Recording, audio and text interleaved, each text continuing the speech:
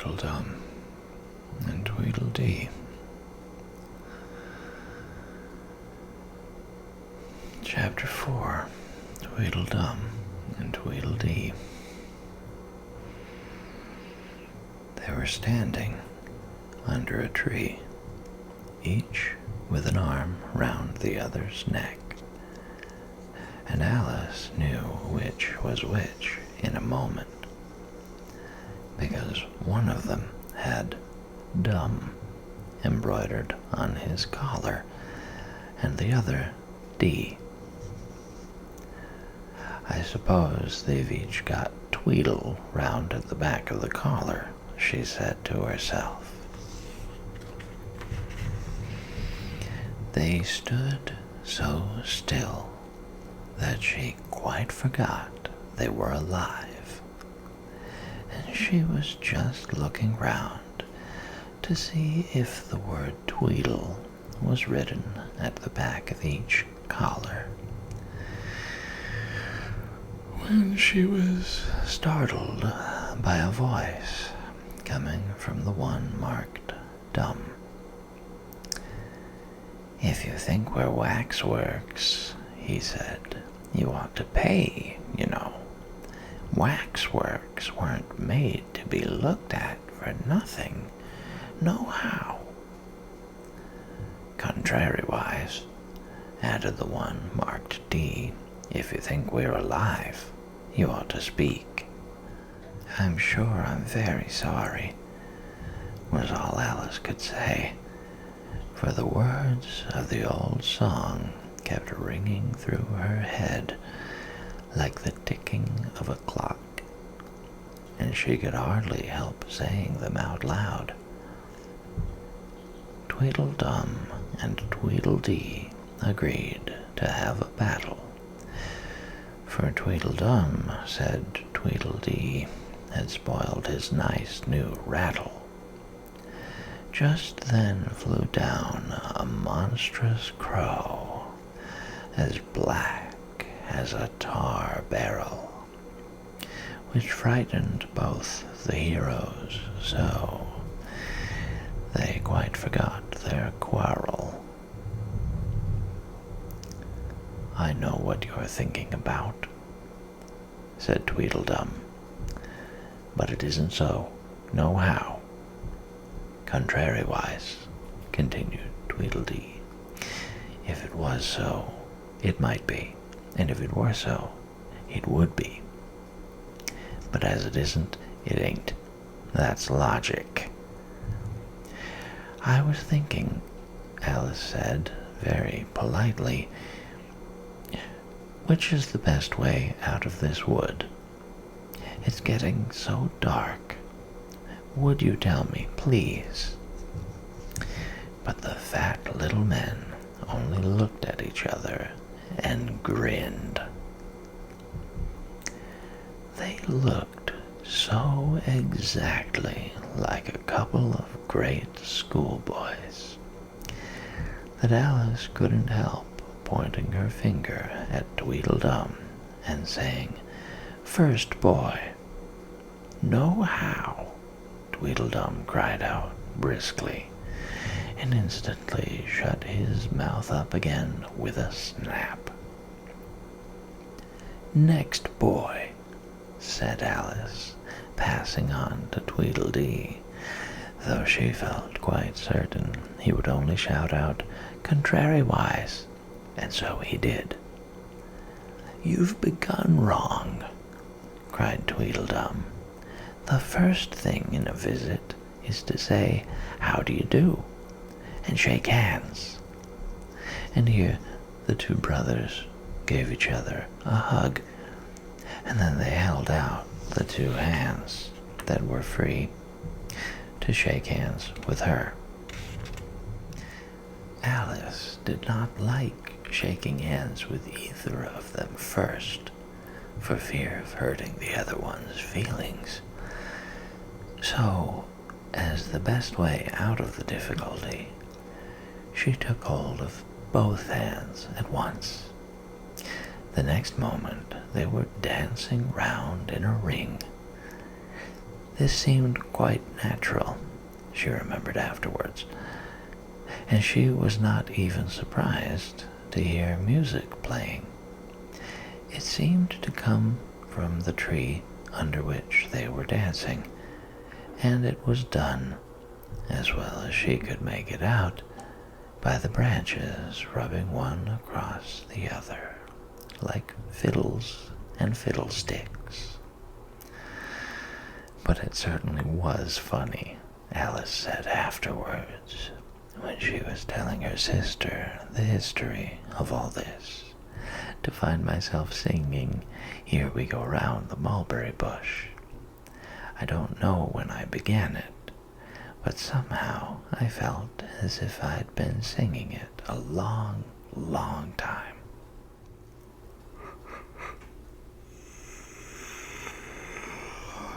The other two dancers were fat and very soon out of breath. 4 times round is enough for one dance, Tweedledum panted out, and they left off dancing as suddenly as they had begun. The music stopped at the same moment. Then they let go of Alice's hands and stood looking at her for a minute. There was a rather awkward pause, as Alice didn't know how to begin a conversation with people she had just been dancing with. It would never do to say, "How do you do, now?" she said to herself. We seem to have got beyond that somehow. "I hope you're not much tired," she said at last. "No, how, and thank you very much for asking," said Tweedledum.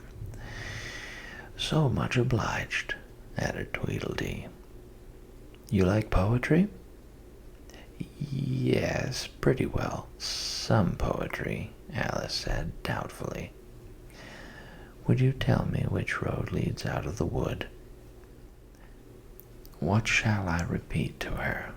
said Tweedledee, looking round at Tweedledum with great solemn eyes, and not noticing Alice's question. "The Walrus and the Carpenter is the longest," Tweedledum replied, giving his brother an affectionate hug. Tweedledee began instantly. "The sun was shining." Here Alice ventured to interrupt him. "If it's very long," she said, as politely as she could, "would you tell me first which road?" Tweedledee smiled gently and began again. "The sun was shining on the sea, shining with all his might. He did his very best to make the billows smooth and bright. And this was odd, because it was the middle of the night. The moon was shining sulkily, because she thought the sun had got no business to be there after the day was done. It's very rude of him, she said, to come and spoil the fun. The sea was wet as wet could be. The sands were dry as dry. You could not see a cloud because no cloud was in the sky. No birds were flying overhead. There were no birds to fly. The Walrus and the Carpenter were walking close at hand. They wept like anything to see such quantities of sand. If this were only cleared away, they said, it would be grand. If 7 maids with 7 mops swept it for half a year, do you suppose the walrus said, that they could get it clear. I doubt it, said the carpenter, and shed a bitter tear. Oh, oysters, come and walk with us, the walrus did beseech. A pleasant walk, a pleasant talk, along the briny beach. We cannot do with more than 4, to give a hand to each. The eldest oyster looked at him, but never a word he said. The eldest oyster winked his eye and shook his heavy head, meaning to say he did not choose to leave the oyster bed. But 4 young oysters hurried up, all eager for the treat. Their coats were brushed, their faces washed, their shoes were clean and neat. And this was odd, because, they hadn't any feet. 4 other oysters followed them, and yet another 4, and thick and fast they came at last, and more, and more, and more, all hopping through the frothy waves and scrambling to the shore. The walrus and the carpenter walked on a mile or so, and then they rested on a rock, conveniently low, and all the little oysters stood and waited in a row. The time has come, the walrus said, to talk of many things, of shoes and ships and sealing wax, of cabbages and kings, and why the sea is boiling hot, and whether pigs have wings.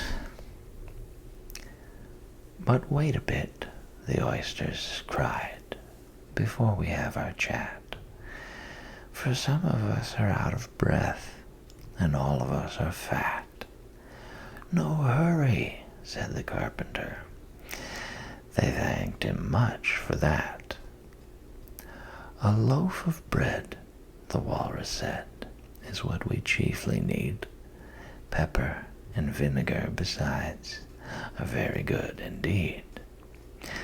Now if you're ready, oysters dear, we can begin to feed. But not on us, the oysters cried, turning a little blue. After such kindness, that would be a dismal thing to do. The night is fine, the walrus said. Do you admire the view? It was so kind of you to come, and you are very nice. The carpenter said nothing, but cut us another slice. I wish you were not quite so deaf. I've had to ask you twice. It seems a shame, the walrus said, to play them such a trick, after we've brought them out so far and made them trot so quick. The carpenter said nothing, but the butter spread too thick. I weep for you, the walrus said. I deeply sympathize. With sobs and tears, he sorted out those of the largest size, holding his pocket handkerchief before his streaming eyes. Oh, oysters, said the carpenter, you've had a pleasant run. Shall we be trotting home again? But answer came there none.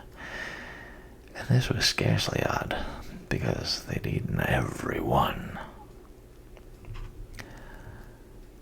I like the walrus best, said Alice, because, you see, he was a little sorry for the poor oysters. "He ate more than the carpenter, though," said Tweedledee. "You see, he held his handkerchief in front so that the carpenter couldn't count how many he took, contrariwise."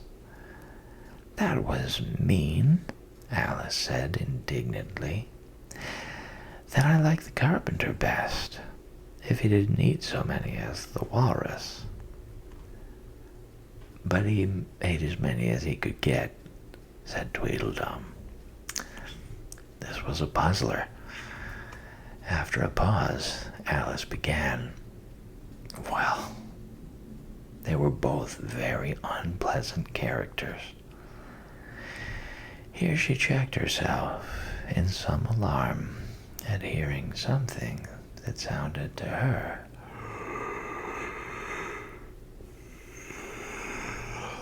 like the puffing of a large steam engine in the wood near them, though she feared it was more likely to be a wild beast.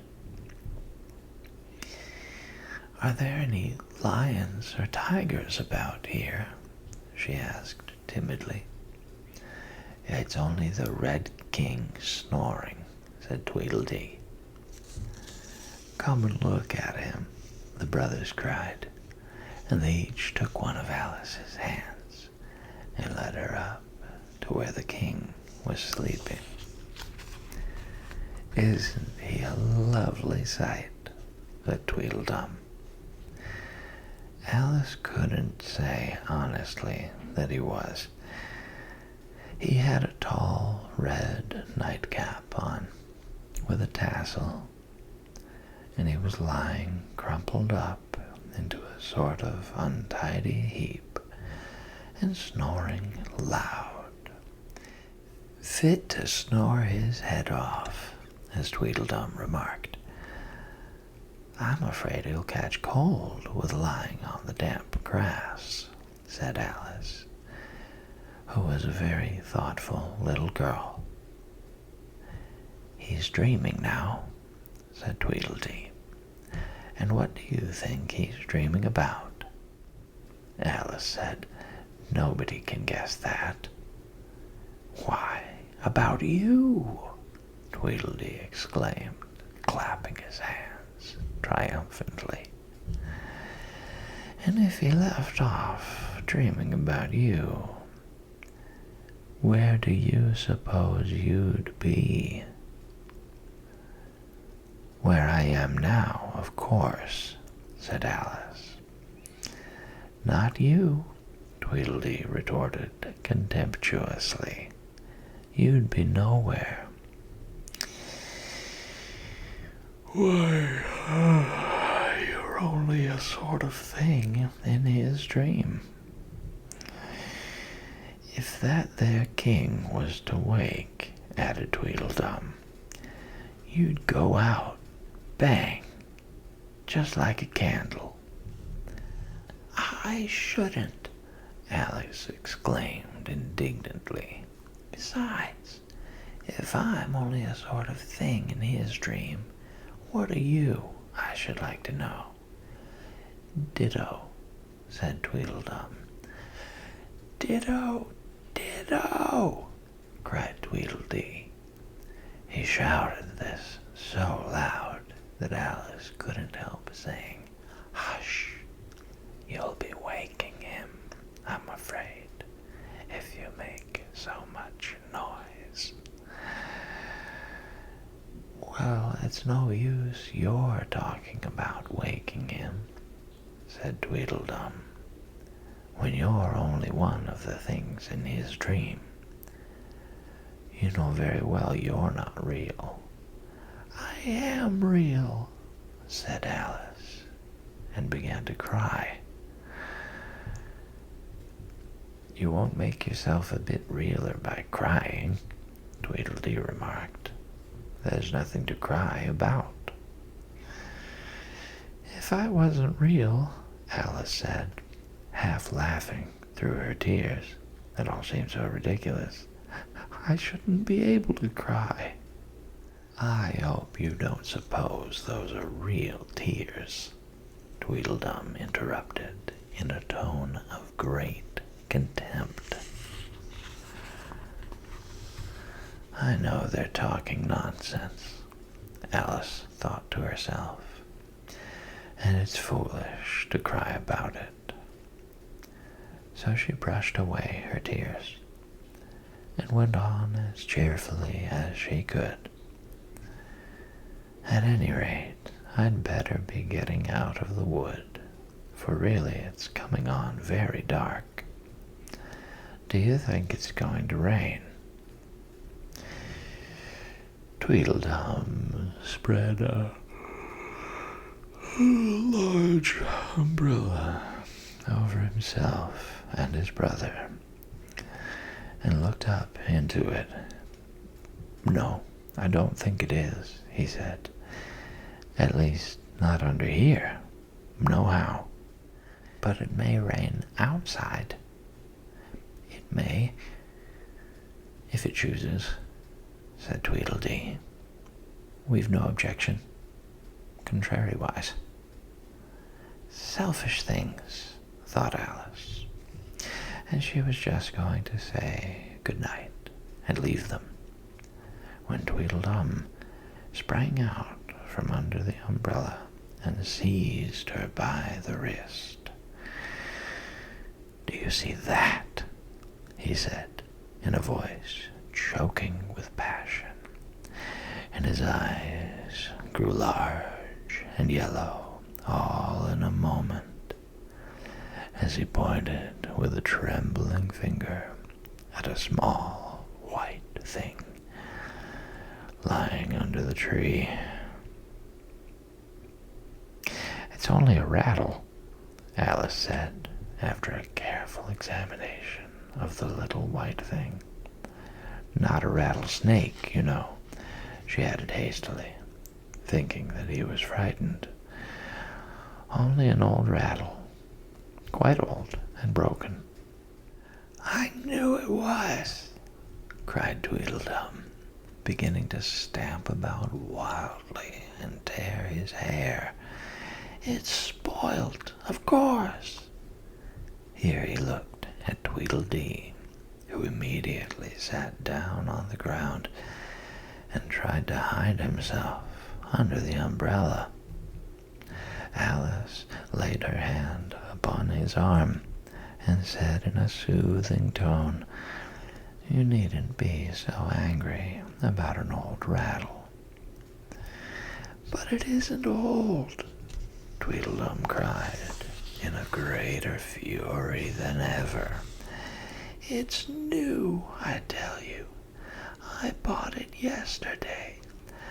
My nice new rattle." And his voice rose to a perfect scream. All this time, Tweedledee was trying his best to fold up the umbrella with himself in it, which was such an extraordinary thing to do that it quite took off Alice's attention from the angry brother. But he couldn't quite succeed, and it ended in his rolling over, bundled up in the umbrella with only his head out, and there he lay, opening and shutting his mouth and his large eyes, looking more like a fish than anything else, Alice thought. "Of course you agree to have a battle," Tweedledum said in a calmer tone. "I suppose so," the other sulkily replied, as he crawled out of the umbrella. "Only she must help us to dress up, you know." So the two brothers went off, hand in hand, into the wood, and returned in a minute with their arms full of things, such as bolsters, blankets, hearth rugs, tablecloths, dish covers, and coal scuttles. I hope you're a good hand at pinning and tying strings, Tweedledum remarked. Every one of these things has got to go on somehow or other. Alice said afterwards she had never seen such a fuss made about anything in all her life. The way those two bustled about, and the quantity of things they put on, and the trouble they gave her in tying strings and fastening buttons. Really, they'll be more like bundles of old clothes than anything else by the time they're ready, she said to herself, as she arranged a bolster around the neck of Tweedledee to keep his head from being cut off, as he said. You know, he added very gravely, it's one of the most serious things that can possibly happen to one in a battle, to get one's head cut off. Alice laughed loud, but she managed to turn it into a cough for fear of hurting his feelings. Do I look very pale? Said Tweedledum, coming up to have his helmet tied on. He called it a helmet, though it certainly looked more like a saucepan. Well, yes, a little, Alice replied gently. I'm very brave generally, he went on in a low voice. Only today I happen to have a headache. And I've got a toothache, said Tweedledee, who had overheard the remark. I'm far worse than you. Then you'd better not fight today, said Alice, thinking it a good opportunity to make peace. We must have a bit of a fight, but I don't care about going on long, said Tweedledum. What's the time now? Tweedledee looked at his watch and said, 4:30. Let's fight till 6 and then have dinner, said Tweedledum. Very well, the other said, rather sadly. And she can watch us. Only you'd better not come very close, he added. I generally hit everything I can see when I get really excited. And I hit everything within reach, cried Tweedledum, whether I can see it or not. Alice laughed. You must hit the trees pretty often, I should think, she said. Tweedledum looked round him with a satisfied smile. I don't suppose, he said, there'll be a tree left standing for ever so far round by the time we've finished. And all about a rattle, said Alice, still hoping to make them a little ashamed of fighting for such a trifle. I shouldn't have minded it so much, said Tweedledum, if it hadn't been a new one. I wish the monstrous crow would come, thought Alice. There's only one sword, you know, Tweedledum said to his brother, but you can have the umbrella. It's quite as sharp. Only we must begin quick. It's getting as dark as it can. And darker, said Tweedledee. It was getting dark. So suddenly, Alice thought there must be a thunderstorm coming on. What a thick black cloud that is, she said. And and how fast it comes. Why, I do believe it's got wings. It's the crow, Tweedledum cried out in a shrill voice of alarm, and the two brothers took to their heels and were out of sight in a moment. Alice ran a little way into the wood.